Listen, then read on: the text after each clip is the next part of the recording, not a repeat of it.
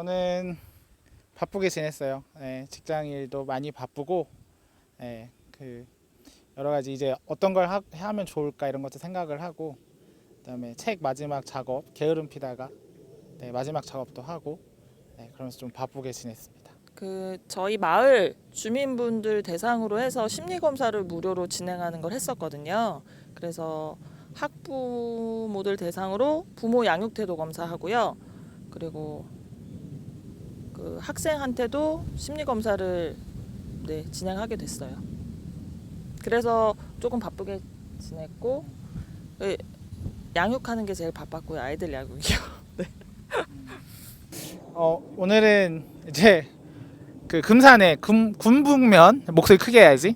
군북면에 와 있는데 여기서 이제 가까운 상담소라는 상담소를 개소해서 열심히 활동을 하려고 준비하고 활동도 하고 있는 네, 곳에 왔어요. 김한나 우리 소장님, 네, 가까운 상담소 소장님을 만나러 왔고 외부에 있다 보니까 조금 네, 시끄럽기도 한데 약간 이해해 주시면 좋을 것 같고 아까 이제 학부모 양육 태도 검사도 했고 본인의 아이도 양육을 했고 저도 제 아이들 돌보느라 바빴기 때문에 저번하고 이어서 이제 양육에 관한 얘기를 하면 어떨까? 이거는 뭐 얘기거리가 너무 무궁무진하게 많을 것 같아서 네.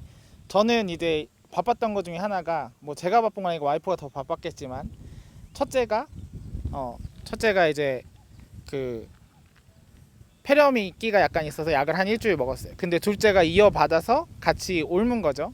그래서 둘째도 먹이다가 이제 다시 첫째가 폐렴기는 다 낫고 열감기가 오면서 또 약을 먹이고 있었는데 김한다 소장님도 아이 셋이 어제 잠을 하나도 못 잤대요.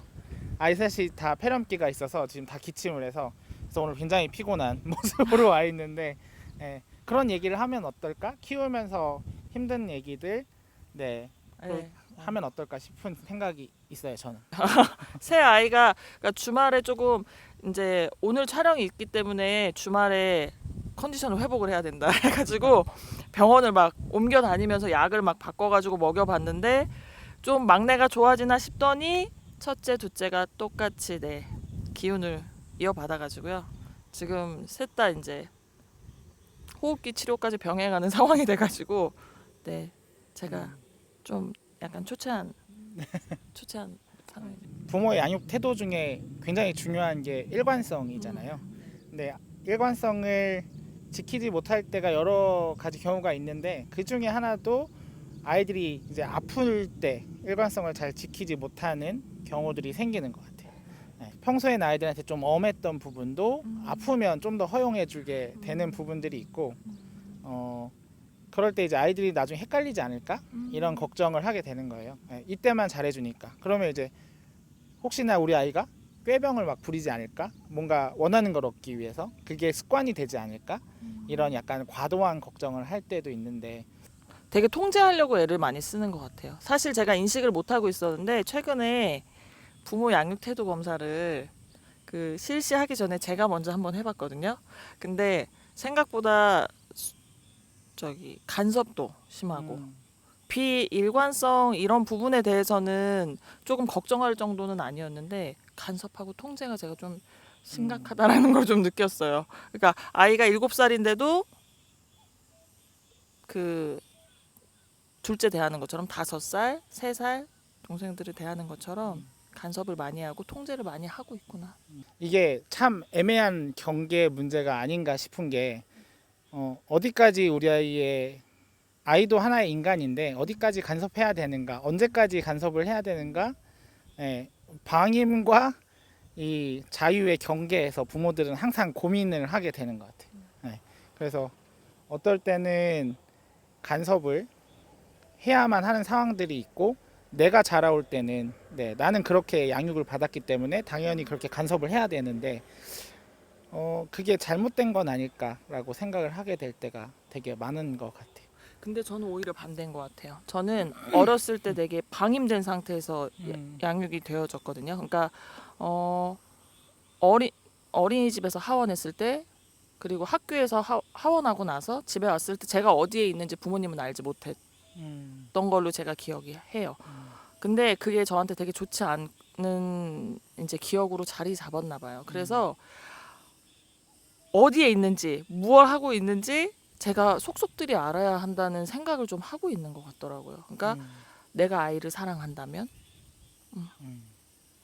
저번 시간에 얘기했던 뭐 반동형성하고 비슷한 것 같은데 네. 내가 양육받은 방식이 마음에 들지 않았을 때 그 방식에 반대되는 상황으로 내 아이들을 양육하려고 하는 거. 네. 근데 이제 하나 또 딜레마는 그렇게 하려고 하는데 순간순간 나오는 그 내가 받았던 방식의 양육으로 아이들을 대하고 있는 그때 이제 뭐 나름 괴로운 부분이 좀 있는 것 같아요. 저는 그 할머니 밑에서 자랐기 때문에 간섭이라기보다는 돌봄을 많이 받았는데 그러다 보니까 반대로 내 아이들은 약간 자율성이 좀 있었으면 좋겠는 거죠. 간섭은 제가 생각하기에는 간섭은 스스로 할 수 있는 일까지도 부모가 대신해 주거나 이렇다 저렇다를 얘기해 주려고 하는 거죠. 그리고 부모의 기준선으로 이게 맞는 행동인지 틀린 행동인지를 알려주려고 하는 건데 돌봄은 그것을 아이에게 맡기고 스스로 판단할 수 있게 맡기고 뒤에서 그걸 같이 그 과정을 같이 밟아주는 역할일 때 간섭과 돌봄에 좀 차이가 있지 않을까. 근데 그 선을 지키기가 쉽지 않은 것 같다. 아, 나는 지금 돌봄을 하는 것인가 간섭을 하는 것인가? 나는 간섭에 조금 더 가까운 것이 아닌가? 뭐 이런 생각을 많이 해요. 맞아요. 부모들을 만나잖아요. 근데 이런 간섭이냐 뭐 양육이냐 돌봄이냐 이런 거에 앞서서 그 부모들의 이런 걸 가지고 이제 죄책감을 가지진 않았으면 좋겠어요. 왜냐하면 부모들도 잘해 보려고 하다가 간섭을 하기도 하고 어느 정도 선을 넘기도 하는 거라 혹시나 이걸 보고 그럼 난 내가 잘못했던 거네 라고 스스로 판단을 해버리고 자기가 죄책감을 가지면 그 죄책감은 또 오롯이 아이한테 전달이 되고 어떤 방향으로든 부정적인 피드백이 아이한테 갈 수밖에 없기 때문에 그냥 스스로 좀 인정을 해주면 어떨까. 그게 간섭이었던 돌봄이었던 잘못됐다기보다는 아직은 내가 정확히 알지 못해서 아니면 나는 그렇게 길러졌기 때문에 하는 거다. 그리고 이런 걸 보면서 스스로 공부를 하고 좀 깨우치면 내가 좀 지켜봐야지.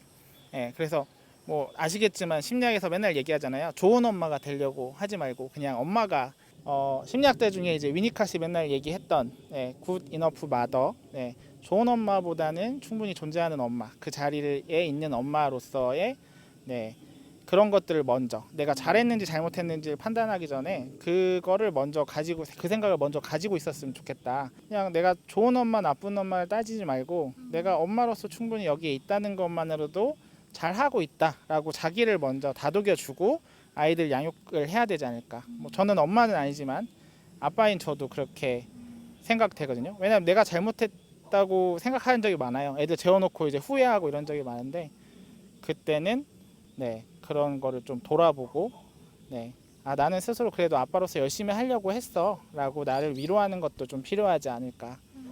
너무 나를 정죄하면 좋지 않은 것 같아요. 지금 얘기하시는 거 들으면서 제가 얼마 전에 부모 상담했던 거 생각이 나는데요. 그 어머니께는 제가 그런 말씀 드렸거든요. 지금 너무 잘하고 계시다. 지금 이 들쑥날쑥한 그래프 자체가 문제가 되는 것이 아니라 이거를 어머니께서 인정하시고 받아들이시고 내가 이런 부분이 있구나. 이런 부분이 이렇게 더 나아지면 되겠구나. 그걸로 충분하다. 이 검사의 목적은 그거다. 이걸 잘하고 있다, 못하고 있다 이걸 판단하려고 하는 것이 아니다. 이렇게 말씀을 드려놓고서 저는 나는 왜 이거밖에 되지 않는가? 나는 왜 상담자로서 이거밖에 할 수 없는가? 이런 거에 한계점을 좀 느꼈었던 것 같아요. 네. 그렇죠. 심리학 공부한 상담하는 사람들도 사실은 이렇게 냉철한 좀 자기 반성이 필요하지만 엄마이고 아빠이기도 하기 때문에 그런 분석에 앞서서 좀 스스로 다독임이 필요하지 않을까.